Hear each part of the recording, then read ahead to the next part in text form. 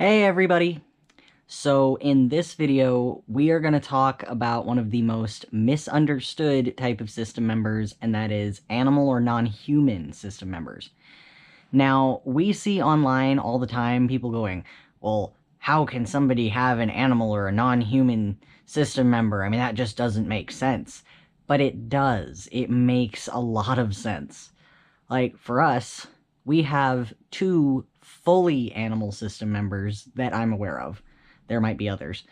And we have one system member who has a lot of animal features, but still a lot of human features.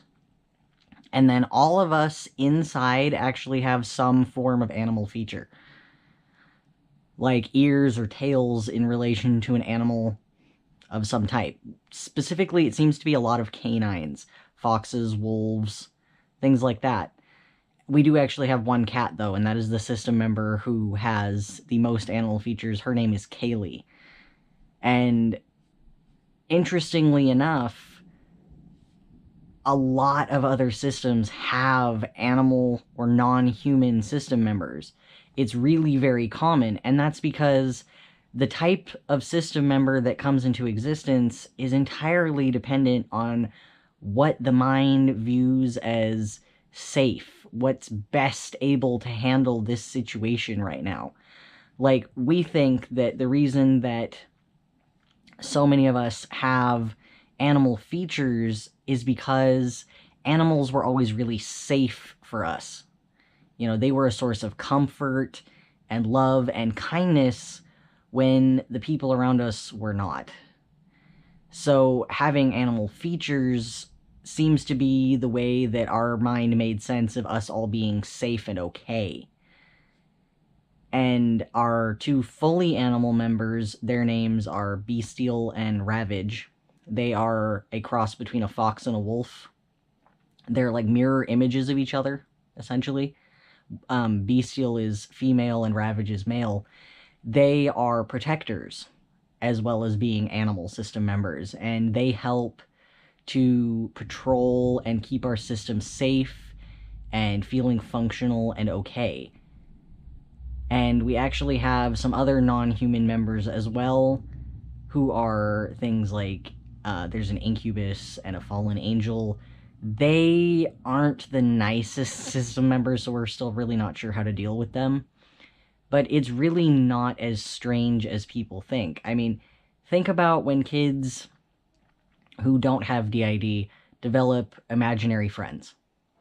More often than not, those imaginary friends are fantastic creatures that aren't human and wouldn't be normally seen in real life.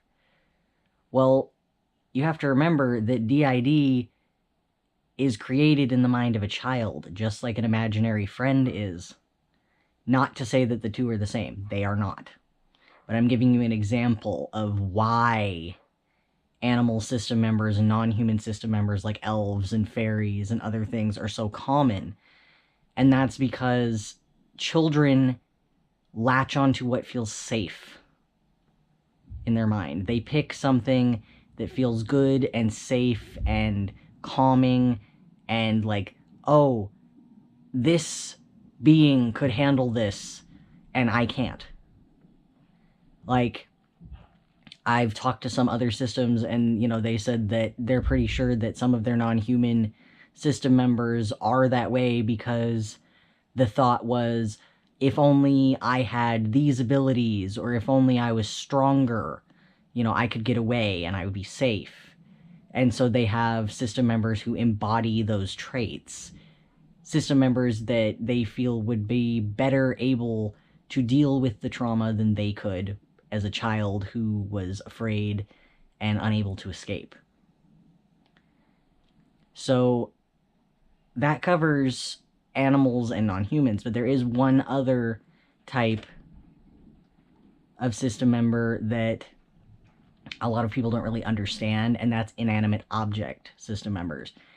These system members identify as something that doesn't move, like a tree or a rock. And while we don't have any inanimate object members that I'm aware of, it's not uncommon for other systems to have them. And as far as we can tell, the reasoning behind this is because an inanimate object doesn't feel pain. They don't feel fear, they don't feel terror, so they would be very well equipped to handle an incredibly traumatic event in the place of a child. So an inanimate object system member exists for most systems because they were better able to handle whatever was going on in the trauma than the individual who was out at the time could possibly deal with. And so they split off and became this inanimate object system member who could handle these events. And it's the same thing with the non-human system members and the animal system members. It's that they were what was needed to deal with the trauma, to survive the trauma. And so that was what the mind created, and they became their own identity to protect the whole mind and keep them sane and safe. So we hope that you enjoyed this video. If you did, please give a like. Please subscribe, hit that notification bell, and don't forget to comment, because we always like hearing your guys' questions, any concerns, and we really want to thank all of our wonderful subscribers and everyone who's commented so far. You all have a good day.